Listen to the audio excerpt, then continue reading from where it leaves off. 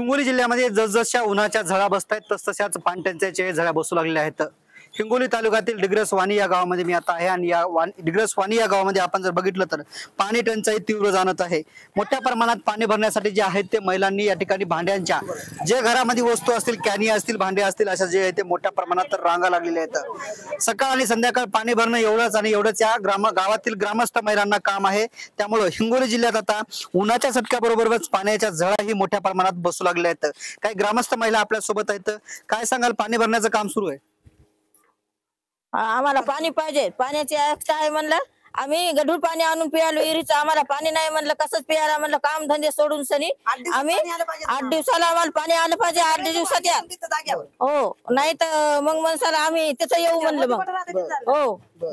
आम्हाला पाण्याचं कसं शेतातले काम सोडून दिले, घरचं काम सोडून दिले, पाण्यासाठी उन्हाचं बसावं लागायला आम्हाला पाणी पिण्यासाठी, नाही तर याच डिग्रस वाणी गावामध्ये जे आहेत ते अनेक महिला जे आहेत ते दिवसेंदिवस त्यांचा दिवस जो आहे ते रोज मजुरी सोडून पाण्यासाठीच घालावं लागत। अजून काही आपल्या सोबत महिला आहेत, तर काय सांगाल? पाण्याची टंचाई आहे, पाण्याची टंचाई आहे आम्हाला पाणी पाहिजे। 8 दिवसाच्या आत आम्हाला पाणी आलं पाहिजे हो, 8 दिवसाच्या आत पाणी आलं पाहिजे, आम्हाला पाणीच नाही। बरं हो, काय गावामध्ये काय सुविधा आहे पाण्याची? आता काहीच नाही, हेच चालू आहे उन्हानं पाणी भरणं, आम्हाला हेच चालू आहे, काय नाही कामाची हो म्हणतात। पण म्हणलं पाणी आम्हाला पाणी आणा तर वरचं पडल्याशिवाय पाणी नाही, वरचं पाणी आल्याशिवाय पाणी नाही, मग काय बनावं आता? हो, काय मागणी असणार आहे तुमच्या आता पाण्यासंदर्भात? आता पाणीच मागायला, दुसरं काय मागायला? पाणीच हो। या ठिकाणी जे आहे ते पाणी टंचाईच्या मोठा आज हिंगोली जिल्ह्याचं तापमान जवळपास 41 ते 42 डिग्री सेल्सिअस एवढा आहे आणि याच तापमानामध्ये जे आहे हे सर्व ग्रामस्थ आपल्याला पाणी भरताना दिसत। अजून काही ग्रामस्थ काय गावात कुठली योजना नाही राबली का? जलजीवन मिशनची योजना राबलेली आहे। 1,74,00,000ची योजना आहे।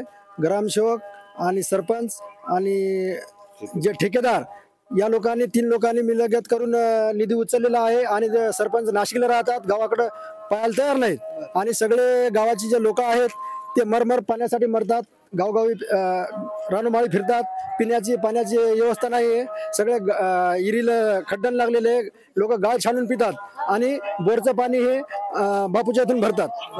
खरं तर गावामध्ये जलजीवन मिशन अंतर्गत काही कामं झालेली आहेत का? काय नेमकी? जलजीवन मिशन योजनेअंतर्गत पाईपलाईन केलेली आहे, नळ योजना आणलेली आहे, पण विहिरीचं काम पूर्ण झालेलं नाही, 28 फूट झालेलं आहे, त्याच्यामुळे गावात पाणी नाही। आणि सरपंचाला आम्ही जर म्हणलं तर सरपंच म्हणतात पाणी पडल्याच्या नंतर विहिरीला पाणी आल्यावर सोडू, पण ते विहिरीचं काय खोलीकरण करणार। आणि सरपंच राहतोय तो नाशिकला राहतोय, 5 वर्षातून एकदा दोनदा गावात येतोय आणि नाशिकला जातोय, बस बाकी काय नाही। बायाचा प्रश्न एवढाच आहे की फक्त पाणी आम्हाला भेटायला पाहिजेत, कारण लहान लेकराला घेऊन बाया उन्हात पाणी भरतात। लेकराच्या परीक्षा चालू झाल्या आता, त्याच्यासाठी सरपंचाला आणि शासनाला एकच विनंती आहे की आम्हाला या महिन्यात पाणी आलं पाहिजे। खरं तर आम्हाला पाणी भेटलं पाहिजे अशी ग्रामस्थांनी मागणी केली आहे। ज्या गावाच्या मालकीचा बोर आहे ते मालक आपल्या सोबत आहेत, काय सांगाल? तुमच्या मालकीचा बोर आहे? हा, माझ्या मालकीचा बोर आहे, मी स्वतः बोर पाळलेला आहे आणि या जनतेला मी पाणी पुरवतो। तर अर्ध्या गावाला पाणी माझं पाणी अर्ध्या गावाला पाणी आहे नसेल तुम्ही जनतेला विचारू शकता। मी कोणाकडून 5 पैसे खाल्ले नाही अजून आतापर्यंत बी, आणि तुम्ही या पाण्याचा मोबदला ग्रामस्थांकडून घेत नाही? 1 रुपया नाही, 1 रुपयाचा मोबदला नाही आम्हाला, 1 रुपयाचा मोबदला नाही। फक्त सरपंचाने या गावात येऊन पाणी आणावं या जनतेला।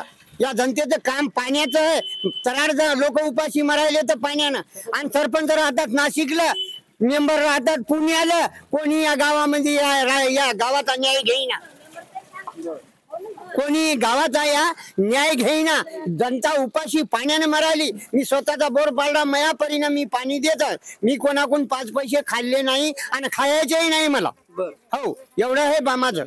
खरं तर हे सर्व ग्रामस्थ आहेत या ठिकाणी आणि हे जे आहेत ते या पाण्यासाठी जे आहेत ते मोठी भटकती करतात दिवस आणि रात्रभर। या ग्रामस्थांना पाणी आणि पाणीच भरणं एवढंच काम आहे। कुठेतरी गावातील प्रशासनाने, जिल्ह्यातील प्रशासनाने या गावाकडे लक्ष देऊन या पाण्याला, या ग्रामस्थ पिण्याच्या पाण्यासह सांडवणीच्या पाण्याची उपाययोजना करण्याची गरज आहे। कॅमेरामन सायनाथ सह मी रमेश चेंडके, TV9 मराठी, डिग्रस वाणी, हिंगोली।